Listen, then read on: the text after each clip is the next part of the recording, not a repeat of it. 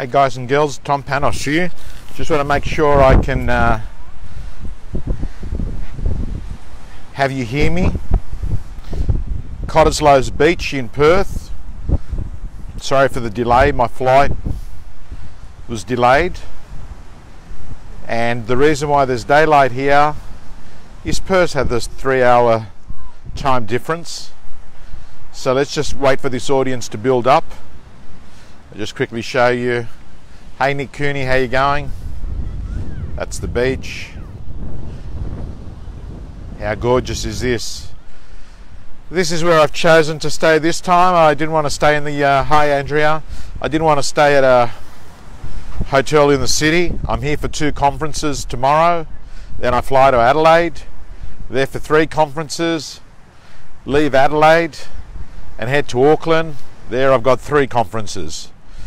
So then I do auctions on Saturday, and then I fly back to New Zealand again for the following week. So I'm only there for a day. So it is that time of the year where I have a busy period, and we had auctions yesterday. Hello David, how you going? Can I get a thumbs up if you can hear me nice and clearly, guys and girls? Beautiful. So here we are. And today, what are we going to talk about? A fantastic subject. I might do that a meal. I might have a swim.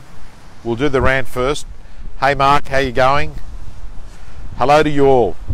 So my plan and my intention is to share with you something that might feel a little bit weird, me saying it to you, particularly when many of you see me as being someone that spends a lot of time maybe talking about a motivation theme. But gang, I've just got to say to you that motivation and willpower can be really overrated. I'm going to tell you environment, design and habits can be really underrated. And I want you to understand, if motivation and willpower was the answer, I think you would actually have less, desire to be going to training courses because you would have found a way, right? But the truth is it's damn hard. And I think when I seriously look at people that are very successful and I look at people that are average, I can't honestly say that the successful ones are that much disciplined than others. They are disciplined, but not much more like born that way. I think what they've done is they've learned, 3 things that I'm going to talk about today. And those 3 things are that they've learned how to create an environment which has been designed by them to ensure that they are doing successful actions. We're going to talk about that. In addition to that, they're very good at understanding that cues. There are certain cues that affect your behavior, and we're going to talk about that. In addition to that, I'm also going to talk to you about a very important habit in science, and that is what I call habit stacking. Habit stacking is I'm talking about how you actually have one habit stack on top of another, and it's a cue, but I won't confuse you until I actually move into it. So, and I'm also going to tell you on how I handle sledges at an auction, because for someone that's been auctioning for decades now, you can imagine, there are certain Saturdays I'm doing 13, other Saturdays I'm only doing 6, but throughout a year you are going to meet sledges, and I'm going to tell you what my strategy for sledges are. Well, I'll tell you now. I'll start off and say to you, strategy number 1 is I do my best to just ignore them, and they actually, a lot of the times, they say something 2 times, I don't respond, and they think to themselves, this guy really doesn't give a fuck about what I'm saying, right? And they just give up. So that's one of the strategies. A second strategy in what I do is I expose it for what it is. I expose it for what it is. So in New South Wales, we're fortunate enough to know that if someone is actually bidding, they've got to be registered. So the first thing I'll say is, if someone starts with a sledge, I'll say, sir, can I ask you, what is your registration number? And a lot of the times, sledges are not registered. They're actually paid by someone else. So what actually happens then is they're not registered, and I'd say, so sir, what you're saying to me is that you have no intentions at all today to bid. So would it be fair to say that you asking this question here is going to make no impact on you as a purchaser, because you can't buy it. You'd be breaking the law because you're not registered. But in addition to that, may I suggest that maybe what you're doing is something you didn't do in the 3 or 4 weeks prior to the auction, because you've decided that what you'd like to do is to put some doubt into people's heads today at the auction. And what I'd suggest is, if you have a query with that issue that you're bringing up, that you refrain from bidding. So that is one of the things that I do. I expose them, and a lot of the times what I'll do is I'll actually turn around and I'll actually say, hey, I recommend you don't bid. You're concerned? I recommend you don't bid. And I have to tell you, I cannot think of one time in the last 20 years where a person tried to intimidate, tried to heckle, tried to sledge that affected the result. But I have to say to you, I think a lot of it's got to do with the fact that I am very assertive at auctions. And people know, and they're used to me, particularly the inner west, that this guy is not going to tolerate shit. And I'm going to tell you, a lot of the times you train people on how to act. Your energy introduces you. I think the only real time you can get really caught out hiring a shit auctioneer is when they get a sledger and the sledger is better than the auctioneer. Because you could have spent 4 or 5 weeks on an incredible marketing campaign, done incredible videos, you know, have done all this time and work, and the vendors have kept the property well, and because you decided you were going to go get a hack from one of these, you know, auction companies that just give them a bit of overflow work, or, you know, you decided that you do the cheap option and pay someone $300 or $400, I'm going to say to you, that is the time when you can sabotage a whole auction. But by the way, I got heckled once at a conference. At a conference I was being heckled, and I just said to the guy, hey, listen, I'm shocked. I am absolutely shocked how you beat 10 million other sperm. Amazing. And that shut him up. So let's move on to the topic. And I'm going to say to you, there's some really interesting research on success and habits. And the first research I'm going to show and talk to you about is an experiment that was done with 250 people to try and get them to do exercise. 250 people to try and do exercise. And they got 3 control groups. 3 control groups. Those 3 control groups were, the first group were told all you've got to do is measure how much exercise you do. That's all you've got to do. Hi to everyone that's saying hi. How you going? Hey, Robbie. So the first group was just measure your exercise. Hey Shane, how you going? I'm in your town. I'll be seeing you tomorrow. Tomorrow we've got Perth Real Estate Gym. We've got Shane Beaumont, and we've got Daniel Gonzalez. So guys and girls, the first group were told all you got to do is record what exercise you're doing. The second group was a control group, and what they said to them is, we want you to record what exercise you're doing, but in addition to that, we're going to give you some reasons why you should be exercising. And it was a bit of a motivation session. You need to exercise because it's going to be good for your cardiovascular heart health. It's going to help you lose weight. So there was a bit of education towards it. And they also said to them, we suggest you read these articles, and they'll also support reason why you should exercise. And then the third group was interesting, because they were told that what they had to do was the following. They had to actually measure their exercise, okay? Measure their exercise, sorry gang. Measure their exercise. In addition to that, what they had to do is actually watch a motivation video, same as the first group.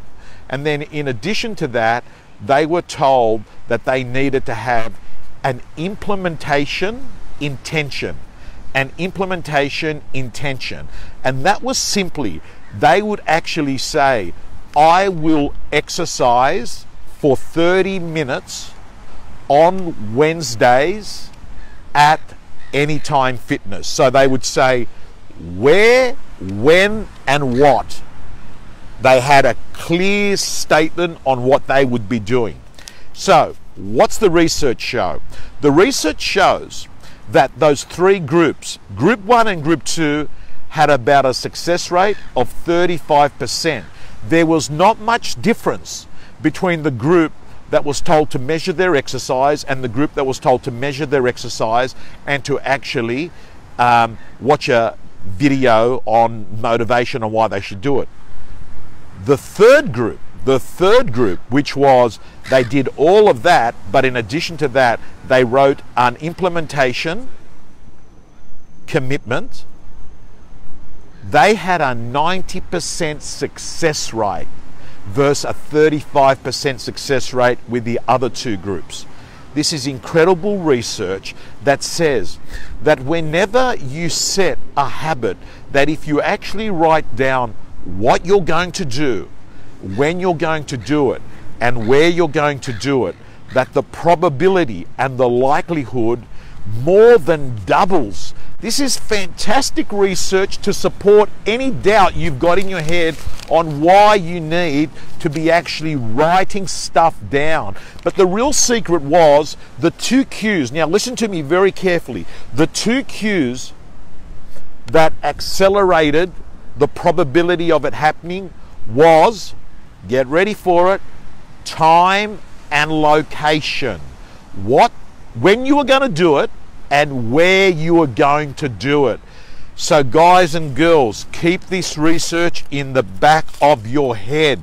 I want to talk to you about, so by the way, let's just talk about that again very quickly. We talk about time,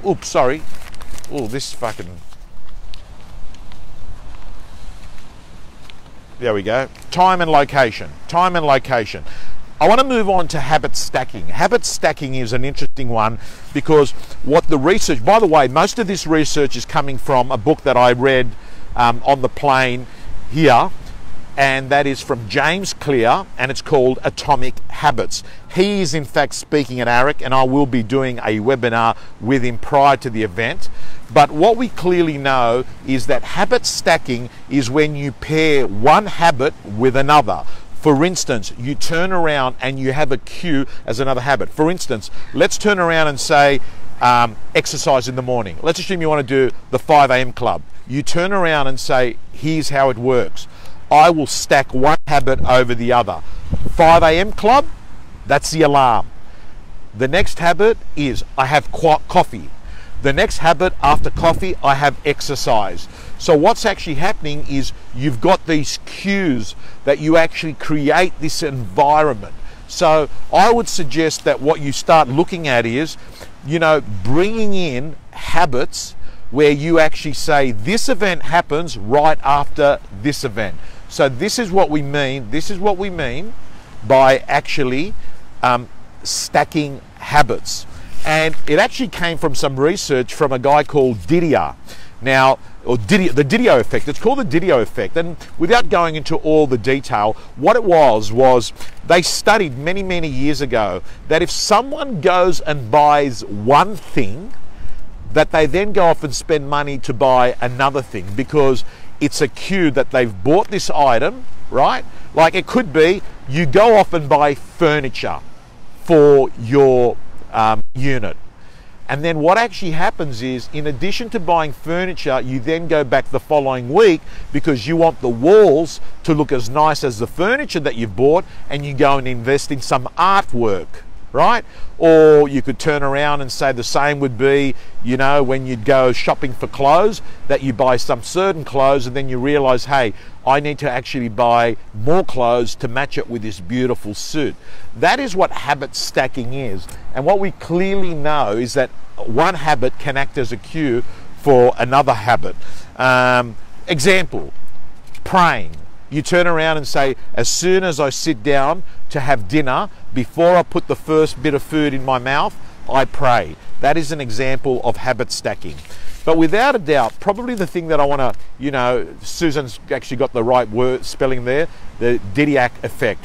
You can look up that research. By the way, if you're enjoying this rant, please press that share button. They always ask you at least once.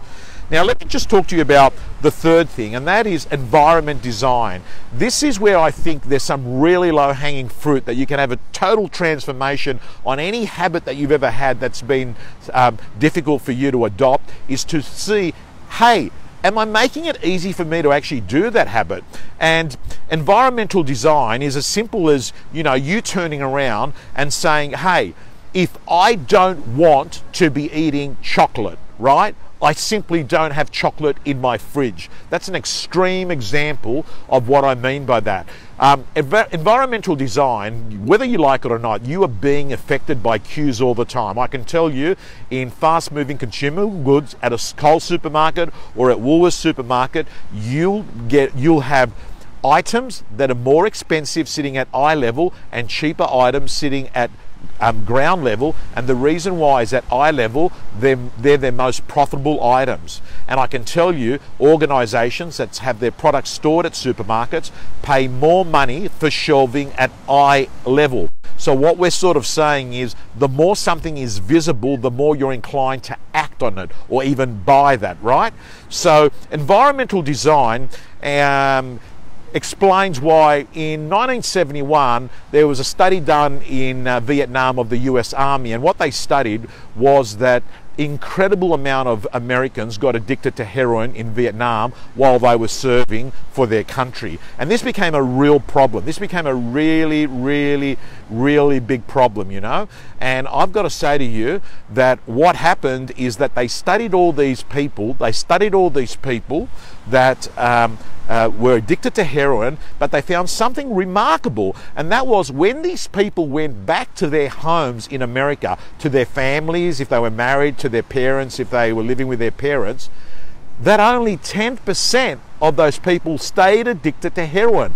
And this is far lower than what the average person has in terms of giving up heroin and going back.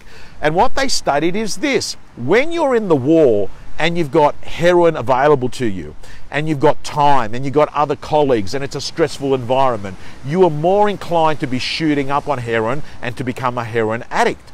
But when you went back home to your own environment where normality set in, you had a job that you went to in the day, you didn't have heroin sitting around in your house, and you had your significant other or your parents living in the property, it was different to the environment you were in Vietnam.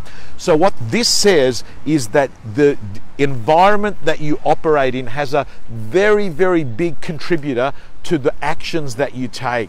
So I would suggest that, for instance, what could I say to you that could help you in prospecting? Really simple. In prospecting, I would suggest that what you do is you create an environment where you don't have interruptions, where you don't have your computer turned on, because that's an environment to have distractions, where potentially you decide that you actually do 2 hours of prospecting, maybe even at home, where you don't have people interrupting you and you can be focused and on track.